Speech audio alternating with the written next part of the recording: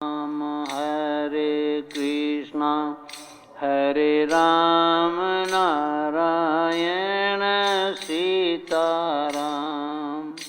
हरे कृष्णा हरे राम नारायण सीताराम। हरे कृष्णा हरे राम नारायण सीताराम। भज गोविंदा भज गोपाल केशव माधव दीन दयाल। भज गोविंदा भज गोपाल केशव माधव दीन दयाल। हरे कृष्णा हरे राम नारायण सीताराम। भज गोविंदा भज गोपाल केशव माधव दीन दयाल। हरे कृष्णा हरे राम नारायण सीताराम।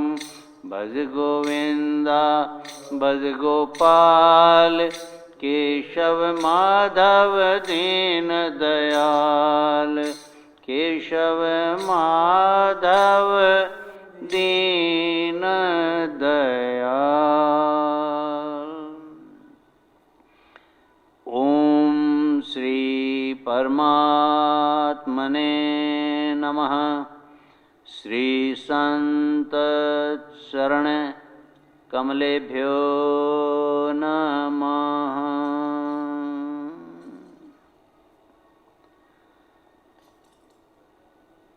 प्रश्न पूछा गया है ब्रह्मलीन परम श्रद्धेय स्वामी जी श्री राम सुखदास जी महाराज को, ऋषिकेश में आपने सुबह के प्रवचन में ये कहा कि साधक निराकार होता है, परंतु साधक तो मनुष्य रूप से सामने ही दिख रहा है। आप कहते हैं कि भाव निराकार है, तो आदमी भाव कैसे हो गया?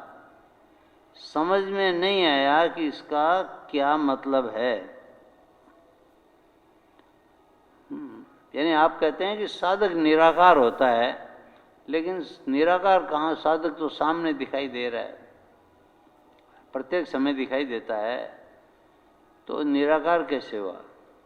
और आप कहते हैं कि भाव निराकार है, तो आदमी भाव कैसे हो गया? आदमी तो सामने दिखाई दे रहा है, साकार है, वो निराकार कैसे हुआ? स्वामी जी कहते हैं कि शरीर तो ऊपर से देखने में आता है। अगर साधक शरीर हो, शरीर साधक हो, अगर शरीर साधक हो तो शरीर के मरने पर साधक भी मर जाएगा। शरीर मरेगा ये पक्की बात है। क्या साधक और उसका साधन भी मर जाएंगे? अगर वे मर जाएंगे तो कल्याण कैसे होगा? कोई चोर होता है, कोई डाकू होता है, दूसरों को मारने वाला होता है, तो उसमें भाव ही मुख्य होता है, शरीर मुख्य नहीं होता। चोर बाहर से चोर नहीं दिखता, उसके भीतर का भाव चोर होता है। चोरी करने का भाव भीतर होता है। ऐसे ही साहूकार भी भीतर से ही होता है। जिसकी वृत्ति भगवान की तरफ होती है वह साधक होता है, तो वह वृत्ति भीतर होती है, बाहर शरीर में नहीं होती। यानी कहने का तात्पर्य है कि जैसे मनुष्य का स्थूल शरीर होता है, और उसका सूक्ष्म शरीर और कारण शरीर भी होता है। जो भाव रहते हैं वे सूक्ष्म और कारण शरीर में रहते हैं, स्थूल शरीर में नहीं रहते हैं। स्थूल शरीर तो जड़ होता है, जो मर जाता है, जिसे जला दिया जाता है, जो समाप्त हो जाता है। लेकिन जो सूक्ष्म और कारण शरीर है, सूक्ष्म शरीर का मतलब क्या हुआ? मन बुद्धि चित्त अहंकार जो हैं, मन जो नहीं मरता है, मन बुद्धि अहंकार चित्त ये मरते नहीं हैं। और कारण का मतलब हुआ कि हमारा स्वभाव या हमारे संस्कार, ये सब मिलकर के पूरा हमारा अस्तित्व बनता है। हम सिर्फ स्थूल शरीर ही नहीं है। तो यहाँ जो कह रहे हैं श्रोता कि साधक तो मनुष्य रूप में सामने ही दिख रहा है, तो जो दिख रहा है वह वास्तव में उसका स्थूल शरीर है। जैसे संत महात्मा को हम देखें तो वह तो उसका स्थूल शरीर दिखाई दे रहा है, उसकी जो चिन्मयता है वो उसके भावों में है। शरीर तो ऐसा ही है जैसा हमारा शरीर है। कहते हैं ना, मैं तो उन रे संतन काहूँ दास जिन्होंने मन मार लिया।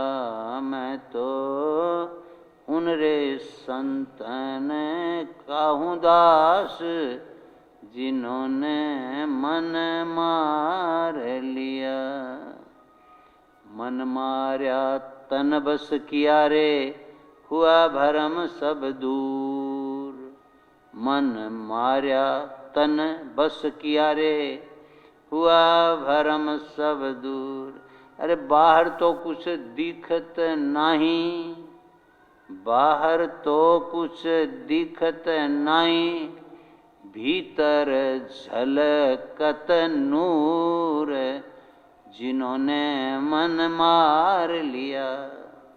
भीतर झलकत नूर जिन्होंने मन मार लिया। मैं तो उन रे संतन काहूँ दास जिन्होंने मन मार लिया।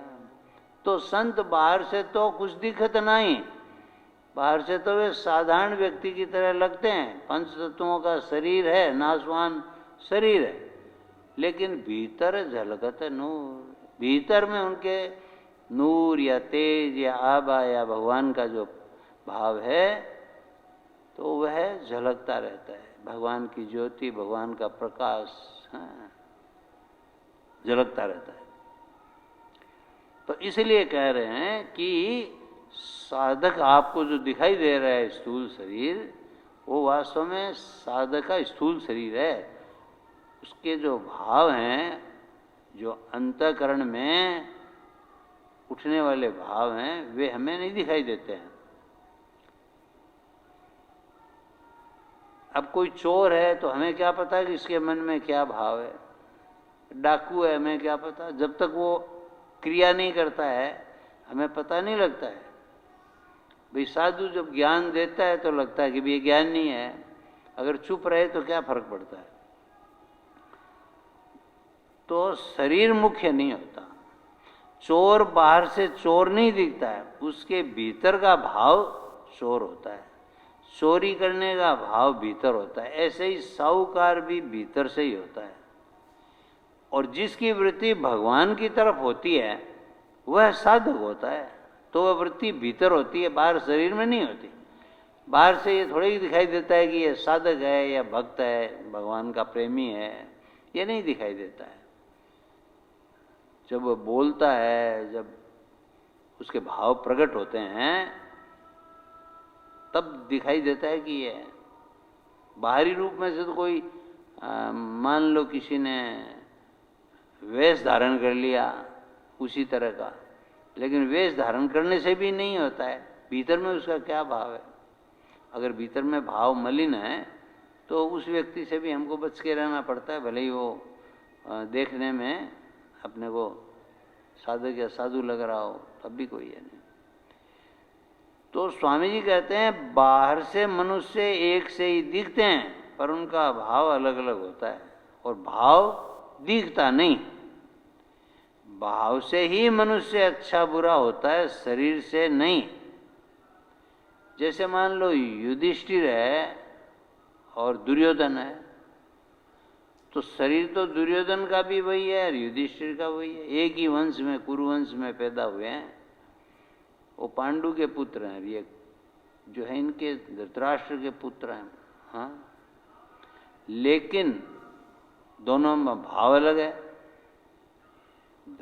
जो दुर्योधन है उसके भाव कुभाव हैं, युधिष्ठिर के भाव जो सद्भाव हैं। दोनों में बहुत अंतर है।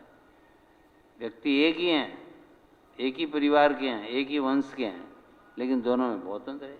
एक भाई में भी आप देख, एक परिवार में भी अगर 5 भाई हैं, 5 के भाग्य अलग होते हैं, 5 के भाव अलग होते हैं, 5 के कर्म अलग होते हैं, आचरण अलग होते हैं एक ही परिवार में।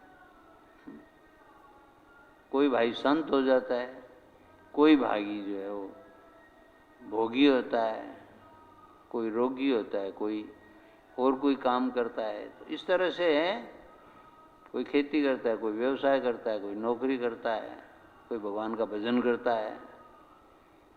ऐसे ही जिसका जैसा भाव होता है उसके कर्म हो जाते हैं, भावों के अनुसार कर्म होते हैं। भाव के अनुसार ही हमारा स्वभाव हो जाता है। वही भाव जब बार बार दोहराए जाते हैं तो उसका स्वभाव वैसा ही बन जाता है, यानी उसकी आदत वैसी बन जाती है। जैसे हम लोग सत्संग करते हैं तो हमारा भाव फिर साधक का हो जाता है, सत्संगी का हो जाता है। फिर हमको सत्संग अच्छा लगता है। कहीं भी जाएंगे तो हमको सत्संग चाहिए। बिना सत्संग के हम जाएंगे नहीं। ऐसी जगह नहीं जाएंगे जहाँ कुसंग होता हो, जहाँ हमारा पतन होता हो, जहाँ भगवान का विस्मरण होता हो, वो हमें अच्छा नहीं लगेगा। जैसे जैसे भाव प्रबल होते जाएंगे हमारे, वैसे वैसे फिर हम और जगह से दरकिनार कर लेंगे कि यहाँ अपने को नहीं जाना है, क्योंकि यहाँ हमारे काम की बात नहीं है। ऐसा हो जाएगा। शुरू में पहले द्वंद्व की स्थिति रहेगी, बाद में एक भाव हो जाएगा कि नहीं है, हम तो साधक हैं, सत्संगी हैं, हमको तो भगवान की ओर ही जाना है। ऐसे होता है। भावी हैं भाई। तुलसीदास जी का पहले भावी था। पहले उनका भाव जो है वो स्त्री की आसक्ति का था। बाद में उन्होंने देखा कि परमात्मा ही सत्य हैं, तो परमात्मा से आसक्त हो गए, हो परमात्मा में लग गए। भावी हैं। वाल्मीकि जो है पहले भावी बदले हुए थे और बाद में बदल गए। उल्टा नाम जपते जपते भगवान को प्राप्त कर लिया, ब्रह्म रूप हो गए। मतलब हाँ?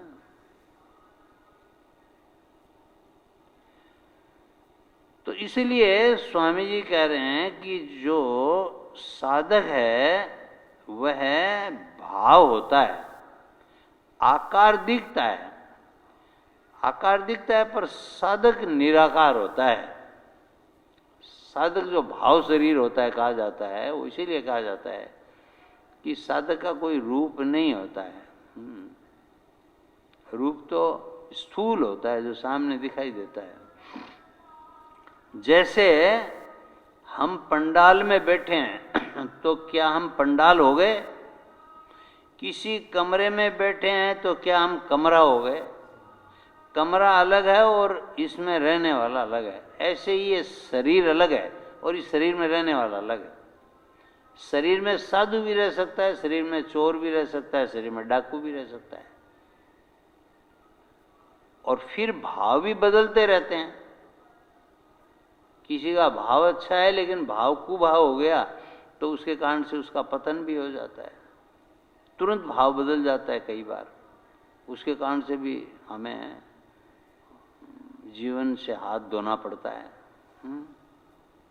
भाव बदल जाता है। लेकिन जो साधक होता है वह साधक, उसका भाव भगवान में दृढ़ होता है, इसलिए उसको साधक कहा जाता है। वो भी भूल कर बैठता है, क्योंकि सिद्ध हुआ नहीं है, इसलिए भूल कर बैठता है। लेकिन भाव अपने आप में निराकार होते हैं।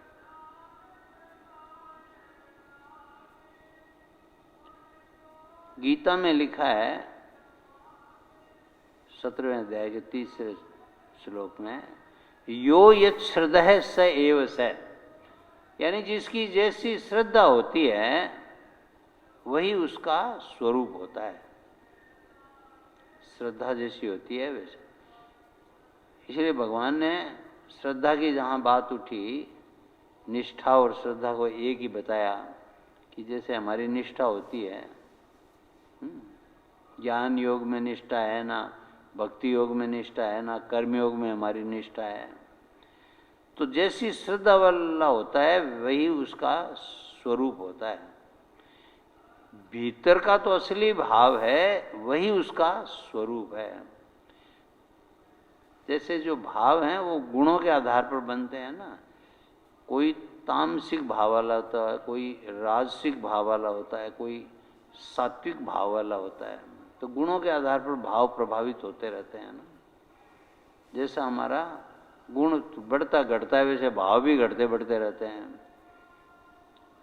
तो गुणों के आधार पर कर्म होते हैं, भाव के आधार पर कर्म होते हैं, कर्म के आधार पर भाग्य बनता है, फिर भाग्य के आधार पर या स्वभाव के आधार पर फिर वापस हमारे कर्म होते हैं। ऐसे चलता रहता है। तो जो मनुष्य जैसी श्रद्धा वाला होता है वही उसका स्वरूप होता है। वह सात्विक श्रद्धा वाला है ना, राजसिक श्रद्धा वाला है ना, तामसिक श्रद्धा वाला है। इसीलिए गीता में गुणों के ऊपर बहुत विवेचन किया गया है। 18वां अध्याय 17वां अध्याय आहार सात्विक राजसिक तामसिक है ना। ऐसे ही ज्ञान है, कर्म है, कर्ता है, बुद्धि है, धृति है, यज्ञ है, दान है, तप है, ये सब भी भाव के ऊपर होते हैं। जिसका जैसा भाव होता है उसके अनुसार वह यज्ञ करता है। कोई यज्ञ करता है तो वह सबके कल्याण के लिए करता है, कोई यज्ञ करता है तो अपने कामनाओं की पूर्ति के लिए करता है, कोई यज्ञ करता है तो दूसरों का नाश करने के लिए, हिंसा करने के लिए, हित करने के लिए करता है। तो ये उसका भाव है। एक का भाव मान लो जो है देवी भाव हो गया, एक का मनुष्य भाव हो गया, एक का आसुरी भाव हो गया। इस तरह से व्यक्ति ही बाहर से तो देखने में शरीर से दिखाई दे रहा है, वह क्या पता लगता है उसका, लेकिन उसके भीतर के भाव उसे श्रेष्ठ या निम्न बनाते हैं। भीतर का जो असली भाव है वही उसका स्वरूप है। जिसका भाव अच्छा है वह चोरी नहीं कर सकता। रसोई में बैठकर आप भोजन करते हो तो क्या आप रसोई हो? जैसे कहा है ना कि कमरे में बैठ गए तो आप क्या कमरा हो, पंडाल में बैठ गए तो आप क्या पंडाल हो, रसोई में बैठ के भोजन करें तो आप रसोई थोड़ी हो। यानी रसोई तो जड़ है, आप चेतन हो। तो भाव जो होता है वो चेतन होता है, और जो शरीर होता है वो स्थूल होता है, जड़ होता है। दोनों का तादात्म्य अगर हम कर लेते हैं तो हमारी मति भ्रम हो जाती है। तादात्म्य नहीं करना चाहिए। जैसे हम किसी संत का शरीर देखें तो ये हमारी भूल है, हमारा भ्रम है। हाँ? जाति न पूछो साधु की, पूछ लीजिए ज्ञान, मोल करो तलवार का, पड़ा रहने दो म्यान। तो ये म्यान क्या है? ये म्यान हुई स्थूल शरीर। म्यान में क्या है? तलवार। तलवार का महत्व है, वो काम की है। म्यान तो एक कवर है, बाहर का आवरण है। ऐसे ही हमारे शरीर का आवरण है। वही व्यक्ति जो साधारण है वह असाधारण हो जाता है। साधारण होते हैं सभी, लेकिन वो दिव्य हो जाता है, चैतन्य हो जाता है। उनके दर्शन मात्र से हमारा कल्याण होता है। साधु दर्शन मात्रेण तीर्थ कोटिम फलम लभेत, कि साधु दर्शन से जो है करोड़ों तीर्थों का फल मिल जाता है। बताओ, साधु दर्शन मात्रेण तीर्थ कोटि फलम लभेत, तीर्थ कोटि फलम, करोड़ों तीर्थों का फल मिल जाता है, ऐसा कहते हैं। नहीं, संतों की जैसे कृपा हो जाए, दर्शन करने से ही कृपा हो जाती है कई बार, भाव के अनुसार है। हमारा अगर भाव ऐसा ही है तो कोई संत के साथ रहने से विशेष बात नहीं होती है। संत के साथ रहने का फर्क तो पड़ता ही है, इसमें कोई दो राय नहीं है। लेकिन अगर आपका भाव प्रबल है तो आप संत से बहुत कुछ सीख सकते हैं। भाव प्रबल नहीं है तो आप साथ रह करके भी कुछ नहीं हो सकता। संतों के साथ भी रहे हैं, उसके बाद भी उनके आचरण अच्छे नहीं होते हैं। और कोई संतों के साथ नहीं रहे हैं लेकिन संतों को उन्होंने हृदय से स्वीकार किया है। तो ये हमारे भाव के ऊपर निर्भर करता है, किस प्रकार का हमारा भाव है। भाव शुद्ध हैं तो हम संत से दूर रहते हुए भी बहुत कुछ सीख सकते हैं, उनके सत्संग में बैठ करके भी बहुत कुछ हम सीख सकते हैं। नहीं, जैसे कबीर साहब कहते हैं कि कबीरा दर्शन संत के साहिब आवे याद, लेखे में वही घड़ी बाकी के दिन बाद। मुझे मेरा साहब याद आ जाता है संत को देखता हूं तो। संत साक्षात परमात्मा के स्वरूप होते हैं। अब हमारा भाव हो तब है, और अगर हम संत को साधारण समझते हैं हमें कोई लाभ नहीं होता है। प्राय यही होता है, जैसे कहते हैं ना, घर का जोगी जोगना आन पराया सिद्ध। बाहर का तो अपने को सिद्ध लगता है और घर का जो है वो ऐसे ही लगता है कि ऐसे ही है ये, तो है ना। भाव है हमारे ऐसे ही कि ये तो हमारे साथ ही थे, ये तो अमुक थे तमुक थे, ये करते थे वो करते थे, ये क्या है, ऐसा भाव हो जाता है। तो भीतर का भाव या उसका भीतर का स्वरूप हमें बोध नहीं होता है, और बोध नहीं होता है तो हम ऐसे कोरे के कोरे रह जाते हैं। हमें उनकी आत्मा को देखना चाहिए, उनके भावों को देखना चाहिए, उनके मन को देखना चाहिए कि उनकी वृत्ति कैसी है, उनका कल्याण का भाव है, स्वयं उन्होंने कितना जो है ज्ञान प्राप्त किया है। ये सब हो तो हमारे ऊपर उनका असर पड़ता है। तो रसोई में बैठकर आप भोजन करते हो तो क्या आप रसोई हो? रसोई भोजन करने का स्थान है, आप रसोई से अलग हो। भीतर का भाव असली चीज है, शरीर असली चीज नहीं है। शरीर को आप मत देखो, भीतर के भावों को देखो। ऐसा रहना चाहिए। दिल को देखो, चेहरा न देखो, चेहरे ने लाखों को लूटा, दिल सच्चा और चेहरा झूठा। भाव क्या है हृदय में? किसके हृदय में क्या भाव है? तो वह भाव प्रधान होते हैं। संतों के भाव प्रधान होते हैं। उनमें हम श्रद्धा करते हैं, भक्ति करते हैं, तब हमें श्रद्धा भक्ति और प्रेम करते हैं ना, तब हमें तत्व की प्राप्ति होती है। संतों का संग करने का क्या मतलब है कि संत में श्रद्धा करना और संत से प्रेम करना और संत से भक्ति करना। जो कह रहे हैं ना, तद्विधि प्रणिपाते न परिप्रश्न न सेव्या उपदेक्षन्ति ते ज्ञानम ज्ञानी न तत्वदर्शिनम। तो उसका यही मतलब है, उनके पास बैठो, उनको प्रणाम करो, उनकी सेवा करो, उनसे प्रश्न करो, प्रेम से प्रश्न करो कि मेरा कल्याण कैसे होगा, ये है, तब जाकर के हमारा कल्याण होता है। तो इसलिए स्वामी जी का कहना यह है कि हमें बाहरी आकार नहीं देखना चाहिए, स्थूल शरीर नहीं देखना चाहिए, बल्कि भाव देखने चाहिए जो निराकार होते हैं। साधक वास्तव में निराकार होता है, साकार तो उसका शरीर मात्र होता है। इसमें अभी और विवेचन है, कर लेंगे। श्री हरि। आज का शास्त्र चिंतन ये कह रहा है कि ईश्वर अथवा प्रकृति के विधान से आवश्यक मांग की पूर्ति हो ही जाती है, किंतु इच्छित कामना पूरी हो ही जाएगी ऐसा नियम नहीं है। कहते भी हैं कि इच्छा तो राम जी के पिताजी की भी पूरी नहीं हुई। यानी कहने का तात्पर्य यह है कि हमारी जो आवश्यक मांग है वह तो अवश्य पूरी होती है। जैसे मान लो हमें जल की आवश्यकता है तो हमें पानी मिल जाएगा, हमें अगर रोटी की आवश्यकता है, भोजन की आवश्यकता है तो भोजन मिल जाएगा, वस्त्र की आवश्यकता है तो वस्त्र मिल जाएगा, है ना। आवश्यक मांग पूरी हो जाएगी।